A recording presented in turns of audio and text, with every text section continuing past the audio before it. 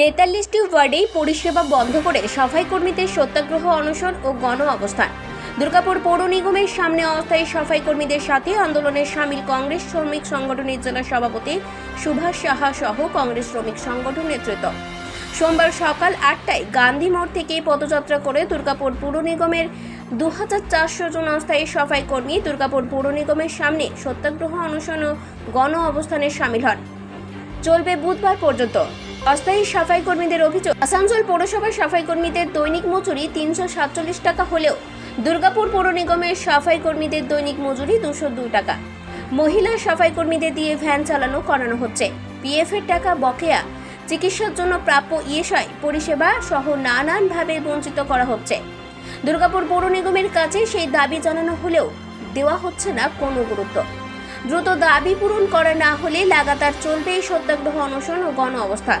কংগ্রেস শ্রমিক সংগঠনের জেলা সভাপতি সুভাষ সাহা অভিযোগ তুলে বলেন, আমরা এই দাবি দুর্গাপুর পৌর নিগম কর্তৃপক্ষকে একাধিকবার জানিয়েছি, কিন্তু কোনো কাজ হয়নি।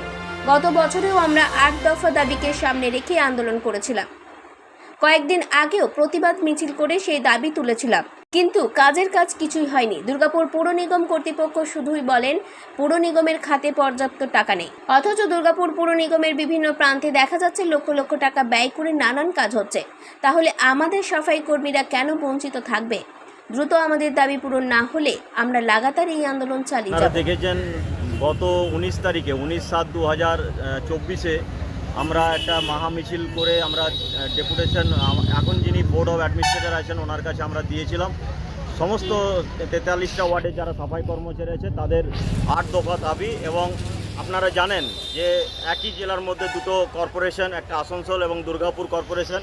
আসানসোল কর্পোরেশন গত বছর থেকে 347 টাকা করে সাফাই কর্মচারীদের দিচ্ছে, সেখানে দুর্গাপুরের মিউনিসিপ্যাল কর্পোরেশন সাফাই কর্মচারীদের জন্য 202 টাকা। এটা আমরা দীর্ঘদিন ধরে ওনাদের কাছে দাবি রেখে এসেছি। গত বছর 28 আগস্ট আমরা মেয়রের কাছে মাননীয় যিনি দায়িত্বপ্রাপ্ত এখানে মেয়র ছিলেন, এখন প্রাক্তন বোর্ড অফ অ্যাডমিনিস্ট্রেটর হয়েছেন, ওনার কাছে আমরা দাবি রেখেছিলাম। কিন্তু 10 মাস অতিক্রান্ত হয়ে গেল, এখনও অবধি কোনো উনি পদক্ষেপ নেননি। তারই জন্য আমরা রিমাইন্ডার হিসাবে 19 তারিখে এসেছিলাম এবং আমরা আগাম বলে দিয়েছিলাম যদি 7 দিনের মধ্যে আপনি কোনো ইতিবাচক যদি পদক্ষেপ না নেন তাহলে আমরা 29, 30, 31 ঘোষিত কর্মসূচি আমাদের যেটা সত্যাগ্রহ অনশন এবং অবস্থান বিক্ষোভ সেটাতে যাব। তারপরেও যদি সুরাহা না হয় তাহলে এটা কন্টিনিউশন হবে। কতজন এই 43টা ওয়ার্ডের মধ্যে কতজন আছে আজকে আমাদের 43টা ওয়ার্ডে ছেলেরাই এখানে সামিল হয়েছে। 2400 ছেলে আছে সাফাই কর্মচারী এবং 2400 ছেলের মধ্যে সবাই আসছে, অনেকেই এসে গেছে। হ্যাঁ, অবস্থানে সবাই সামিল হবে। প্রতিদিন একদম পরিষেবা বন্ধ থাকছে, যেহেতু অবস্থান বিক্ষোভ সকাল 8টা থেকে বেলা 2টো অবধি।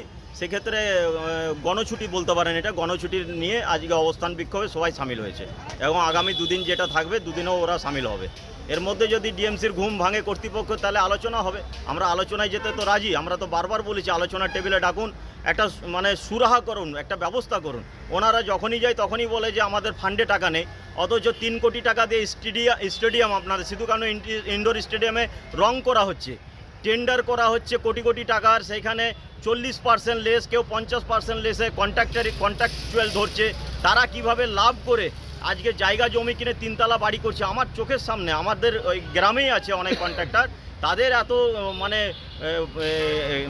প্রোগ্রেস কী করে হচ্ছে। এবং দুর্গাপুরে যত কন্ট্রাক্টর আছে ডিএমসিতে তারা 40%-এ কাজ করে লোয়ার বিড হয়ে তারা এই এত মুনাফা কী করে করছে, এটা একটা প্রশ্নের বিষয়। আপনারা দেখেছেন গতকাল আপনাদের চ্যানেলের মাধ্যমে আমরা পোর্টাল নিউজে দেখলাম যে একজন আপনার দুর্গাপুর স্টেশনে একটা ডিএমসি থেকে টেন্ডার দেওয়া হয়েছিল, সেখানে টেন্ডারের বকেয়া নাকি 23 লাখ টাকা বাকি আছে, তারা দিচ্ছে না। এখানে বলছে আমাদের রাজস্ব নেই, আমাদের রাজস্ব কম আমরা আদায় করতে পারছি, তার জন্য আমাদের ভান্ডার খালি, আমরা পয়সা বাড়াতে পারবো না, টাকা পেমেন্ট বাড়াতে পারবো না।